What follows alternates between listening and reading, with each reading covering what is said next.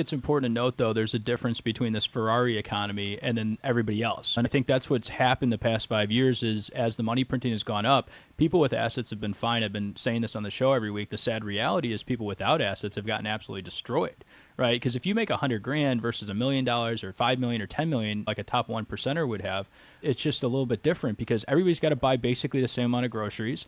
Everybody's only going to drive one car most of the time. You can only drive one at a time. And so then the math of how much your expenses have gone up in relation to your income has not been the same for the top and the bottom. So the reality is for the top, you get all this net interest, you get all this money from your cash in the bank. Look at the biggest companies, they're the same way. Microsoft, Apple, Berkshire Hathaway, making more money on net interest on their cash on their balance sheet than a lot of companies do in revenue. That's an amazing factor. That's never happened in U.S. history before. And so it's changed the game of the best and everybody else and the best companies. And it's also unfortunately changed the game between the top 1% and the bottom 1% to one of the biggest gaps we've ever seen. I think that's really sad. I think that's not how we should have things. And that's because of the Fed.